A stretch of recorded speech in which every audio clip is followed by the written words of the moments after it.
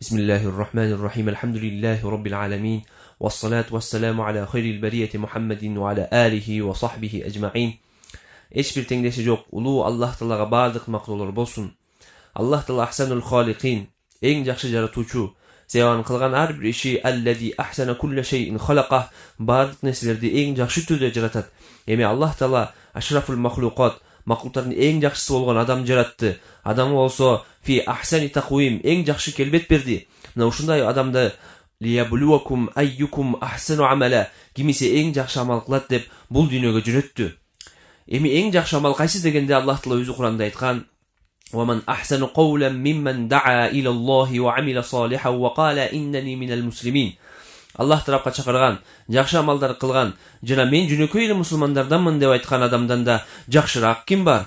Bul ayatda en jakşı 3 nerse aytıldı. Kim alarda aytkırsa al en jakşı adam bolot.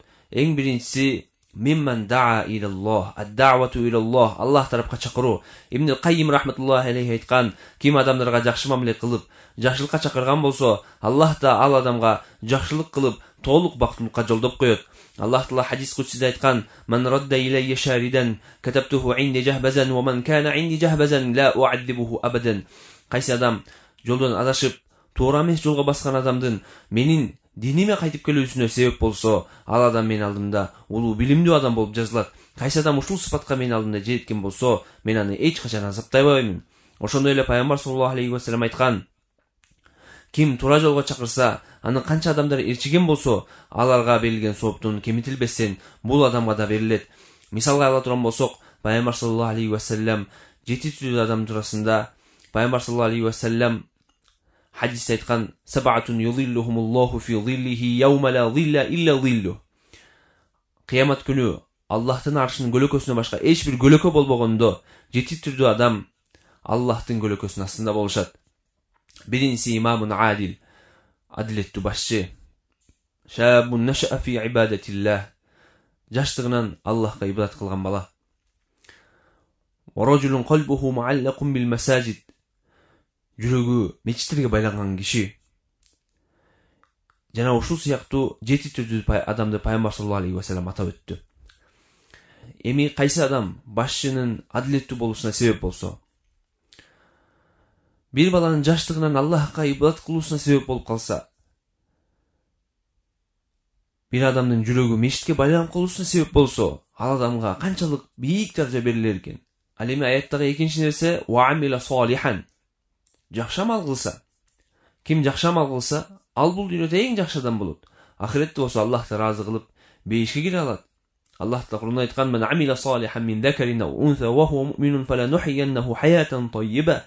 Kaysı adam jakşı amal kılsa, al erkek bolsun, ayal bolsun, imanı bar bolup turup, biz aga sözsüz en jakşı yaşоо berебиз. Ушул туурасында bir окуя айтылат. Bir padişanın 3 vaziri бар эле. Bir gün аларды чакырып, ар биринин колуна бирден баштык берип, "Менин бакчама кирип, ушуларды толтуруп чыккыла" деп айтат. Биринчи вазир кирип туруп, падыша айтты, бирок падыша карамак беле, текшермек беле деп чөп, таш, башка таштандыларды толтуруп бакчадан чыгып кетет.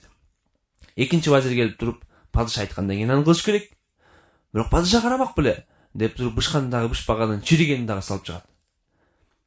Үчүнчү вазир кирип туруп, падыша айткандан кийин аны жакшы аткаш керек деп бактын үстүнө чыгып, кыйналып отуруп эң жакшыларын тенип чыгат.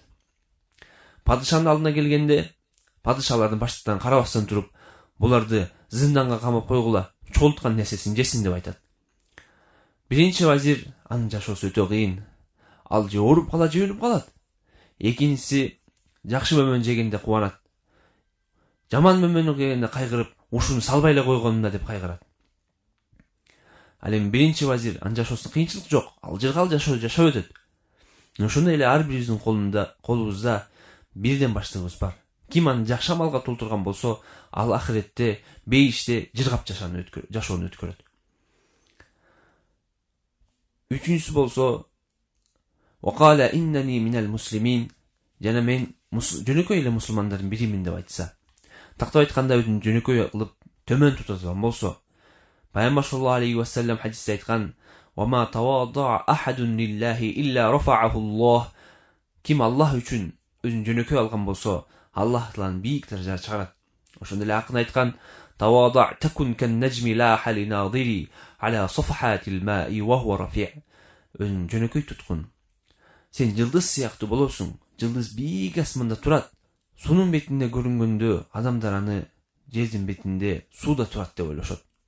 Ошондуктан адам элдин көзүндө жөнөкөй көрүнсө деле Аллахтын алдында ал өтө бийик болот. Аллах таала баарыбызга өмүр бою эң жакшы амалдар кылып бейишке кирүүнү насип кылган болсун.